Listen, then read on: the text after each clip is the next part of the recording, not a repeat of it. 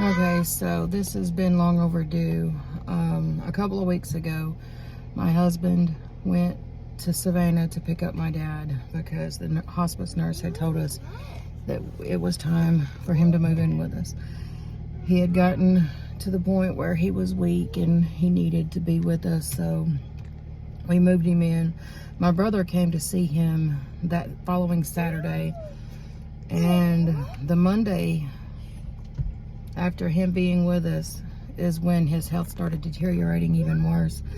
On Monday, he had a seizure or a stroke. It may have been both. And it caused his entire right side to go completely dead. He didn't have any use in it. So, the nurse had told us it was due to his cancer spreading and getting, bigger. So, we had that to deal with. He didn't understand what was going on because his right side had started jerking and twitching, so he kept asking, is he okay? He's like, am I okay? I thought I was getting better. And he had slurred speech during all of this, so he couldn't really speak too good.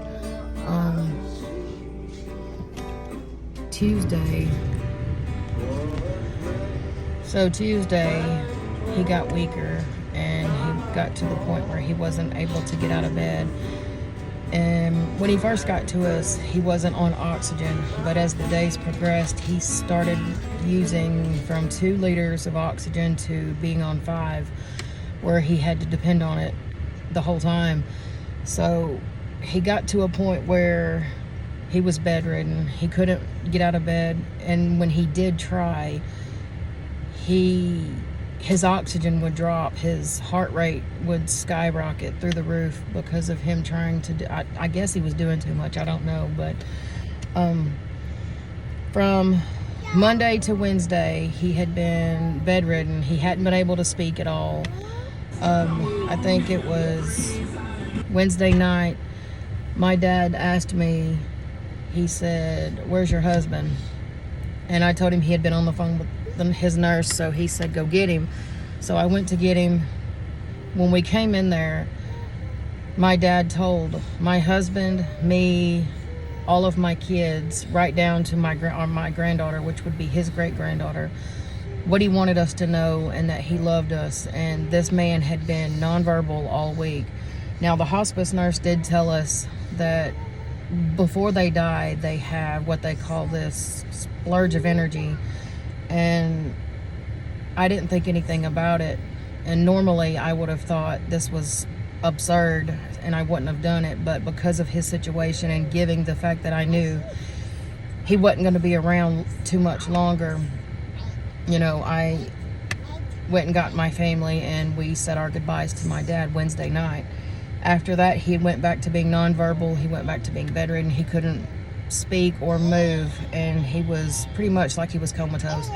And then Thursday, about 8:37, my dad passed away. So this has been a very hard journey for my husband and I, especially for my husband, because my husband and I have been together for 17 years, and my dad was my husband's go-to for everything. If we needed anything, my dad was there, and vice versa. So this is just something I wanted to update and let everybody know why I haven't been posting, why I haven't been doing a whole lot. But I'm going to try and get back on track. Hopefully in the next week or two, everything will be, okay. It won't be the best, but, you just learn to live with it, I guess. Thank you.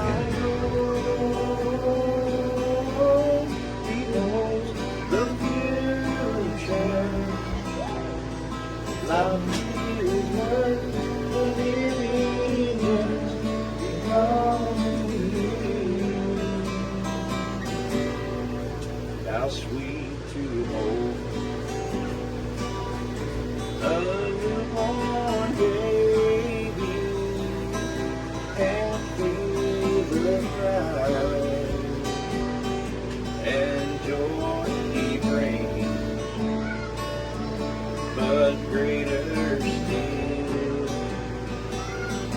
the calm assurance, knowing I can face uncertain days because He lives, because He lives, I can face tomorrow, because He lives. All is mine, because I know He holds the future. My